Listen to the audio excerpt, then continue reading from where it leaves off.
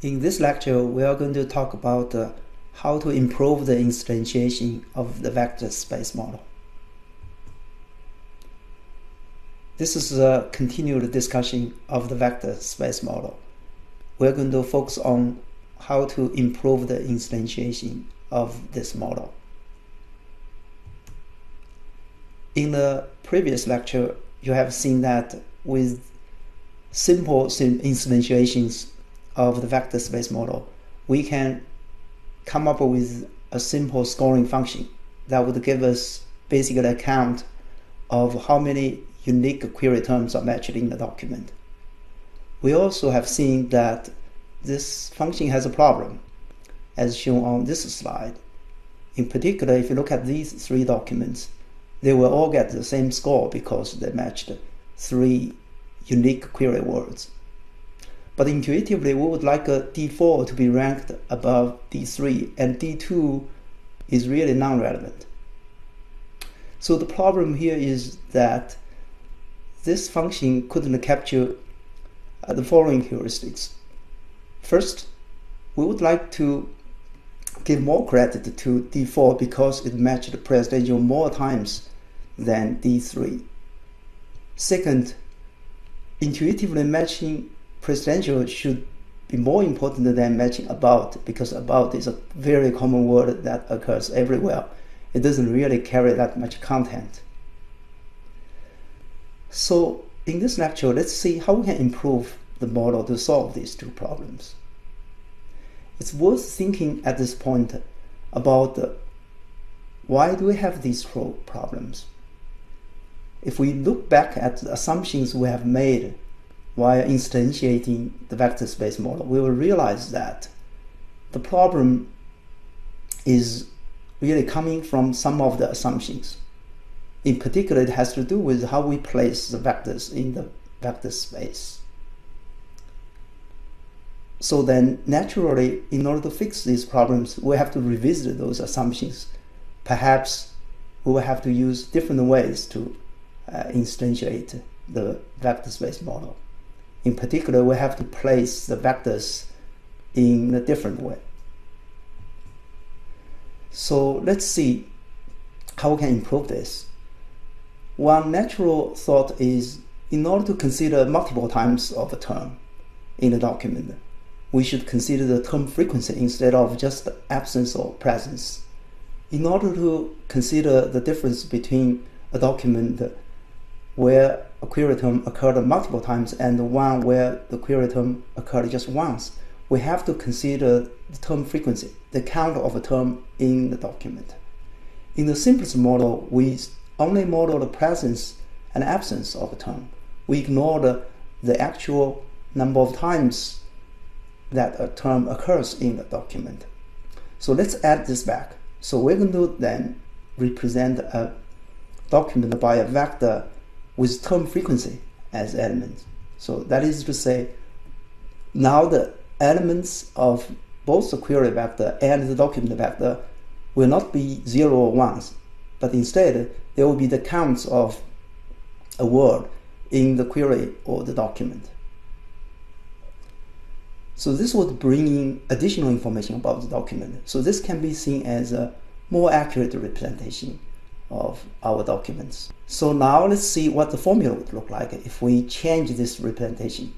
So as you see on this slide, we still use dot product. And so the formula looks very similar in the form. In fact, it looks identical. But inside the sum, of course, xi and yi are now different. They are now the counts of words I in the query and in the document.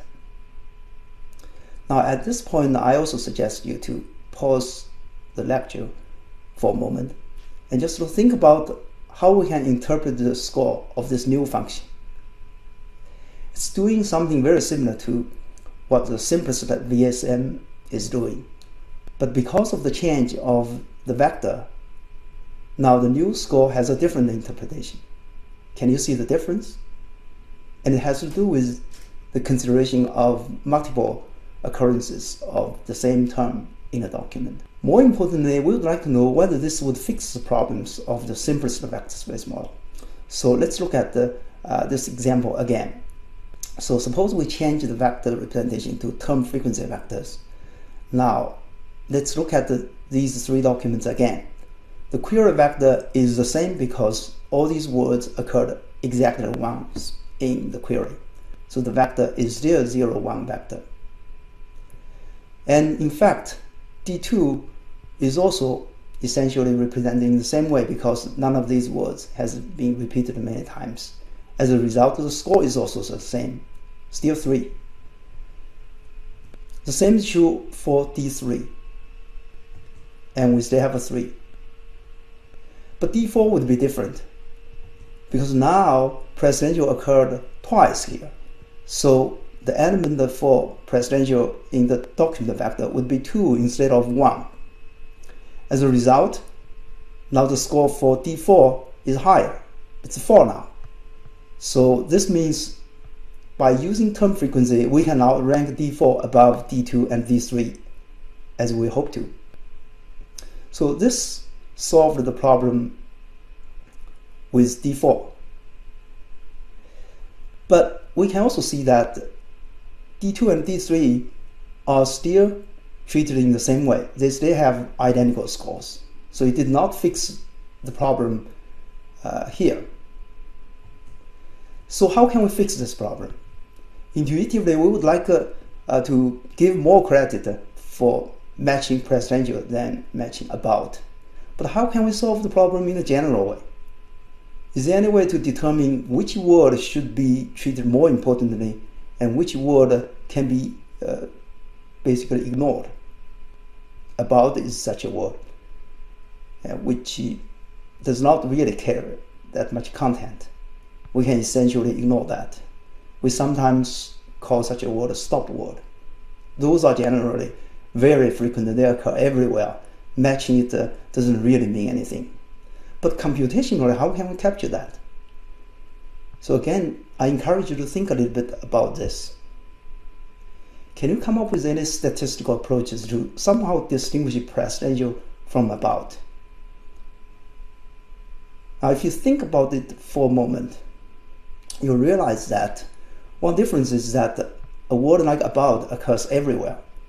So if you count the occurrence of the word in the whole collection, then we would see that about has much higher frequency than presidential, which tends to occur only in some documents.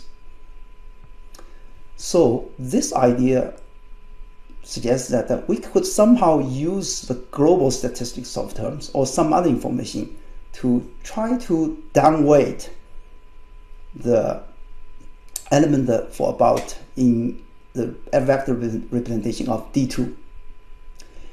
At the same time, we hope to somehow increase the weight of presidential in the vector of D3. If we can do that, then we can expect that D2 will get the overall score to be less than 3, while D3 will get the score above 3.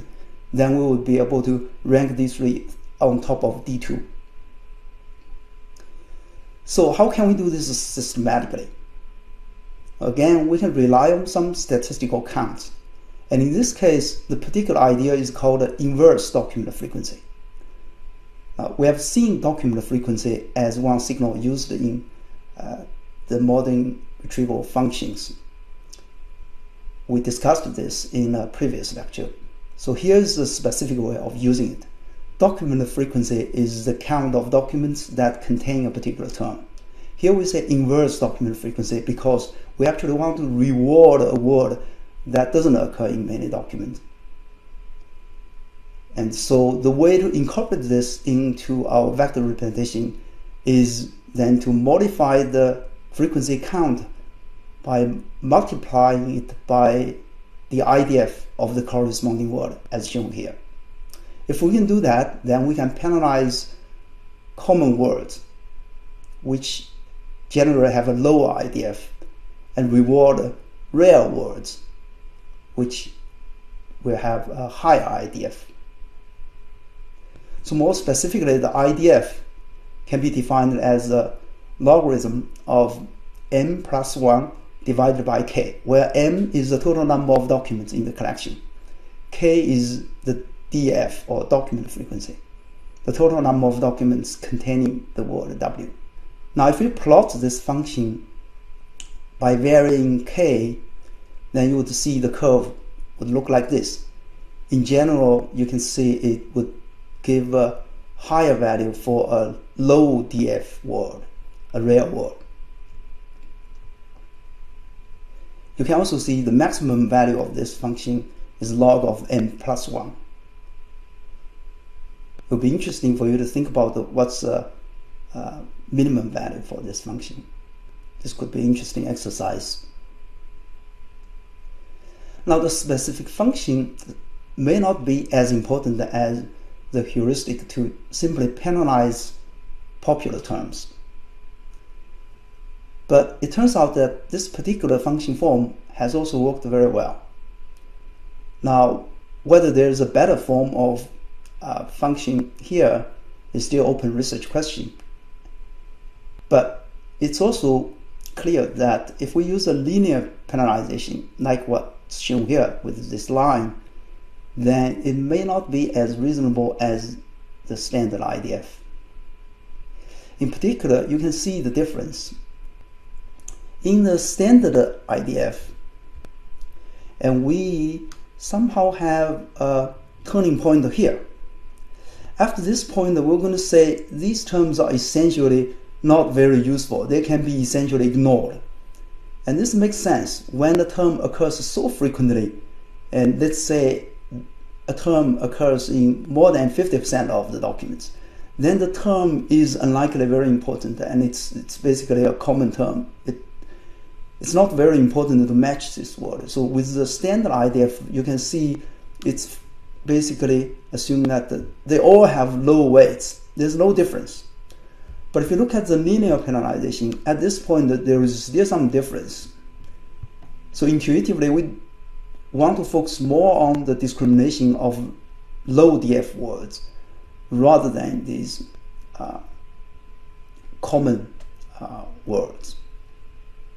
Well, of course, which one works better still has to be validated by using the empirically created data set.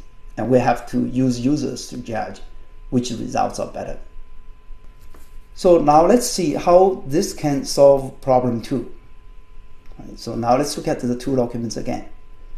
Now, without the IDF weighting, before we just have term frequency vectors, but with IDF weighting, we now can adjust the TF weight by multiplying it with the IDF value. For example, here we can see is adjustment, and in particular for about, there is adjustment by using the IDF value of about, which is smaller than the IDF value of presidential. So if you look at these, the IDF will distinguish these two words. As a result, the adjustment here would be larger, would make this weight larger. So if we score with these new vectors, then what would happen is that, of course, they share the same weights for news and campaign, but the matching of about and presidential will discriminate them. So now, as a result of IDF weighting, we will have D3 to be ranked above D2 because it matched a rare word, whereas D2 matched a common word. So this shows that the IDF weighting can solve problem 2. So how effective is this model in general when we use TF-IDF weighting? Well, let's look at all these documents that we have seen before. Right? So these are the new scores of the new documents. But how effective is this new weighting method and new scoring function? Right? So now let's see overall how effective is this new ranking function with TF-IDF weighting. Here we show all the 5 documents that we have seen before, and these are their scores. Now we can see the scores for the first 4 documents here seem to be quite reasonable. They are as we expected. However, we also see a new problem because Now D5 here, which did not have a very high score with our simplest vector space model, now actually has a very high score. In fact, it has the highest score here. So this creates a new problem. This is actually a common phenomenon in designing retrieval functions. Basically, when you try to fix one problem, you tend to introduce other problems. And that's why it's very tricky how to design an effective ranking function. And what's the best ranking function is still open research question. Researchers are still working on that. But in the next few lectures, we're going to also talk about some additional ideas to further improve this model and try to fix this problem.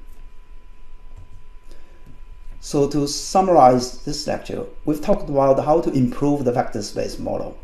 And we have got the improved instantiation of the vector space model based on TF-IDF weighting. So the improvement mostly is on the placement of the vector, where we give higher weight to a term that occurred many times in the document, but infrequently in the whole collection.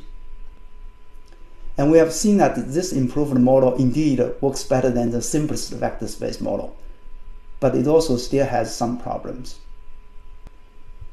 In the next lecture, we're going to look at how to address these additional problems.